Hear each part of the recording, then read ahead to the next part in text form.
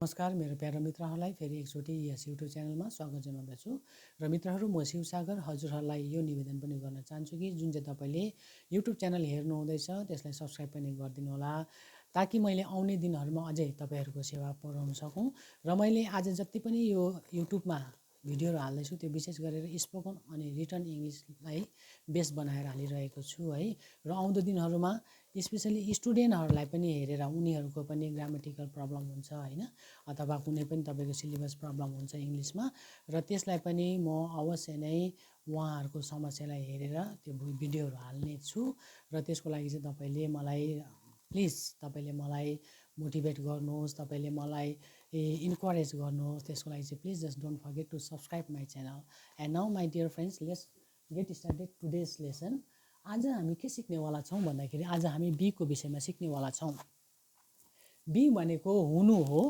जस्तै हुनु हो र यसरी तपाईले बी आइसकेपछि उता तपाईले अब्जेक्ट लगाउनु पर्दछ अब्जेक्ट भनेको कुनै पनि नाउन प्रनाउन अथवा कुनै पनि प्रिपोजिसनल फ्रेज अथवा एडजेक्टिभ विशेषण जे तपाई लगाउन सक्नुहुन्छ है जस्तै एउटा sentence be a strong boy भनेपछि के भयो स्ट्रङ बोय आयो यहाँनिर अब्जेक्ट आयो र त्यो भने के भने के हुनु तिमी स्ट्रङ बोय हुनु यहाँनिर जुन चाहिँ तपाईको यहाँ के देखेको छ नि यहाँ चाहिँ अगाडि तपाईको तिमी भन्ने चाहिँ यहाँ लुकेको हुन्छ हैन बी अ स्ट्रङ बोय तिमी एकदम स्ट्रङ बोय हुनु भन्ने कुरा बुझिन्छ भने बी स्मार्ट तिमी स्मार्ट हुनु बी स्ट्रङ तिमी स्ट्रङ हुनु हैन अब त्यसैले बी अ गुड पर्सन भनेपछि तिमी एकदमै भद्र मानिस हुनु हैन यसरी हामीले कुनै पनि हामीले अब्जेक्टमा लगाउन सक्छौं र यसको नेगेटिभ बोल्नु पर्दाखेरि चाहिँ डोन्ट लगाउँछौं त्यनी बी त्यनी फेरि त्यही अब्जेक्ट हामीले लगाउँछौं र यसको माने चाहिँ हुन्छ नहुनु भन्ने जस्तै इक्जाम्पलको लागि चट्टु नहुनु है भन्दाखेरि डोन्ट बी कनिङ हैन र त्यसरी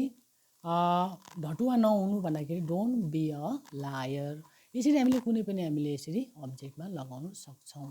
र यो भयो तपाईको बी को अनि र पोजिटिभ अनि नेगेटिभ सेन्टेन्स र यसरी नै यो बी तपाईको अरु अन्य हाम्रो हेल्पिङ भर्बहरुतिर अथवा कुनै पनि मोडल भर्बतिर हामी लगाउँछौं र त्यसको अर्थ के हुन्छ हेर्नुस् अब जस्तै यहाँनिर तपाईले एम एच आर देख्नु भयो र टु देख्नु भयो र बी देख्नु भयो र यसरी बी आएपछि फेरि त्यहाँ तपाईको अब्जेक्ट आउँछ यो आएपछि तपाईको अर्थ नेपालीमा हुन्छ हुनु पर्छ भन्ने जस्तै तिमी खुशी हुनु पर्छ भन्दाखेरि युमा आर अनि to be happy you are to be happy है तिमी खुशी हुनु पर्छ त्यस्तै प्रकारले उ जस्तै तयार हुनु पर्छ हैन he is to be ready र यसरी हामीले सेन्टेन्स बनाउन सक्छौं जस्तै I am to be a doctor भनेपछि म डक्टर हुनु पर्छ र यसरी हामीले हुनु पर्छ भयो र यसमा यदि तपाईले वाज र वर लगाउनु भयो भने एम एच आर को पास वाज र वर हो फेरि अरु त्यही हुन्छ टु बी आएर अब्जेक्ट हुन्छ यसको अर्थ चाहिँ हुन्छ हुनु पर्थ्यो भन्ने र तपाईले भन्नु चाहनु हुन्छ भने जस्तै तिमी हिजो घरमा हुनु पर्थ्यो नि म आएको थिए भन्दाखेरि you were to be at home I had come to your place हैन तिमी हिजो घरमा हुनु पर्थ्यो त्यसरी ऊ खुसी हुनु पर्थ्यो हामीलाई देख्दाखेरि भन्दाखेरि he was to be happy to have seen us हैन हामीलाई देख्दाखेरि ऊ खुसी हुनु पर्थ्यो र यसरी वाज र वर टु बी आएपछि र कुनै पनि अब्जेक्ट आएपछि हुनु पर्थ्यो भन्ने खालको एउटा सेन्टेन्स बुझिन्छ र अर्को हेर्नुस् यहाँनिर जस्तै must should have to has to had to ought to जति पनि यसरी तपाईको टु आएको छ अथवा जति पनि हेल्पिङ भर्ब्स छ यहाँ मैले लेखेको छैन जस्तै क्यान हुन्छ कुड पनि हुन सक्छ वुड हुन सक्छ है र यस्तोमा पनि तपाईले यदि बी लगाउनु भयो भने र उसको पछाडी फेरि तपाईको अब्जेक्ट यसरी आउँछ भने यसको पनि हुनु पर्छ हुन्छ जस्तै एउटा सेन्टेन्स बनाइदिन्छु you must be on time अब यहाँनिर मैले अब्जेक्टको के लाएँ अन टाइम भनेपछि तिमी समयमै हुनुपर्छ अथवा तिमी समयमै आउनुपर्छ है भन्ने कुरो बुझिन्छ है त्यसैले I have to be ready now म अब तयार हुनुपर्छ छ है त्यसरी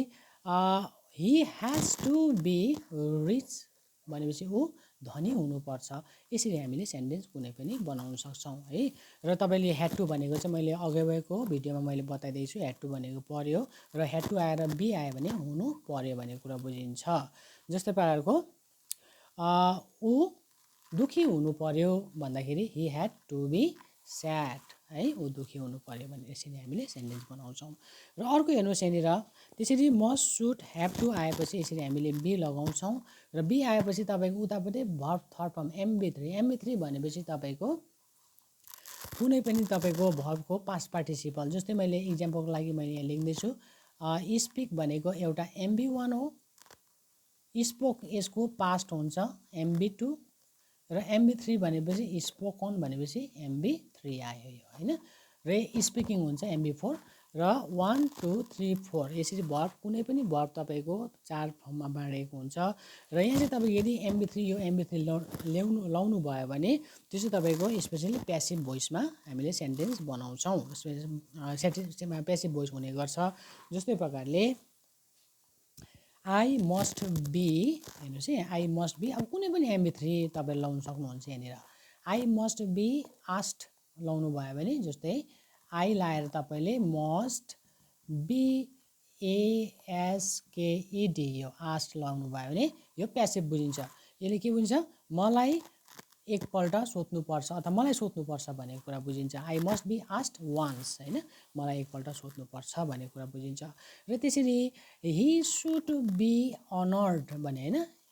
अब भनेपछि के बुझ्छ, उसलाई इज्जत दिनुपर्छ भन्ने कुरा बुझ्छ, ही सुड बी अनर्ड हैन। र यसरी हामीले जस्तै ह्याभ टुको नि एउटा सेन्टेन्स बनाइदिन्छु। I have to be given money भनेपछि मलाई पैसा दिनुपर्छ। र यस्तो प्रकारले हामीले जब बी आएर यसरी MB3 यानि कि अब्जेक्टको उपस्थितिमा यसरी MB3 आउँछ भने यो चाहिँ प्यासिभ भोइसमा हामीले बुझ्छौँ। र यहाँ कुनै पनि मान्छे अथवा कुनै पनि व्यक्ति अथवा कुनै पनि पर्सन हुन्छ भने त्यसलाई चाहिँ हामी लाई भनेको कुरा बुझिन्छ हैन। तपाईँलाई जस्तै मैले भने हेर्नुहोस् है, एउटा अझै बनाइदिन्छु, तिमीलाई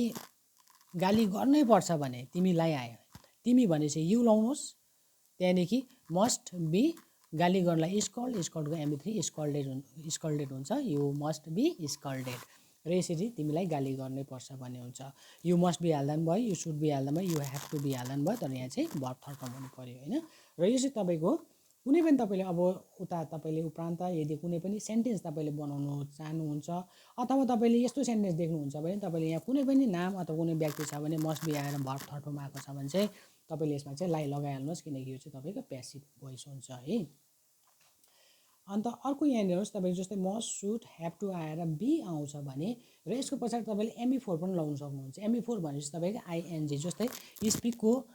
ING स्पिकिङ भन्ने हुन्छ है, जस्तो गोको गोइङ भन्ने हुन्छ, यसरी ING फर्म तपाईँले लाउनु सक्नुहुन्छ। यो चाहिँ हुन्छ तपाईँको रहेको हुनुपर्छ भन्ने। जस्तै एउटा sentence it must be raining in Darjeeling भने मैले हैन, र के बुझ्छु यो दार्जिलिङमा चाहिँ सायद पानी परिरहेकै हुनुपर्छ है यति बेला, पुरा यहाँ जाडो भयो हैन, it must be raining in Darjeeling भयो। र यसरी हामीले should be have to be लगाएर हामीले यसरी MB4 लगाउन सक्छौँ। र यो चाहिँ हुन्छ तपाईँको रहेको हुनुपर्छ यानि कि कन्टिन्युअस टेन्समा है। र गर्दाखेरि बीको तपाईँले जुन चाहिँ मैले यहाँनिर हेरेँ हुन त बीको तपाईँको अरू अन्य प्रकारले पनि हामीले लगाउन सक्छौँ है। र आज तपाईँलाई मैले बी कता कता लगाउँछ एउटा एकदमै संक्षिप्त रूपमा र विशेष गरेर साधारण तौरमा मैले तपाईँलाई बताउने कोसिस गरेँ। र आउँदो दिनमा यसमा तपाईँलाई यदि केही कन्फ्युजन अथवा केही कुरो बुझ्ने अथवा केही कुरो सोध्ने तपाईँलाई इच्छा जाग्छ भने तपाईँले कमेन्ट बक्समा गएर तपाईँले त्यो सोध्ने कुराहरू सोधिदिनुहोस् र म त्यसलाई फेरि अर्को अन्य भिडियोमा लिएर अवश्य आउने नै छु। तबसम्मको लागि बिदा पाऊँ। And thank you very much for watching my video.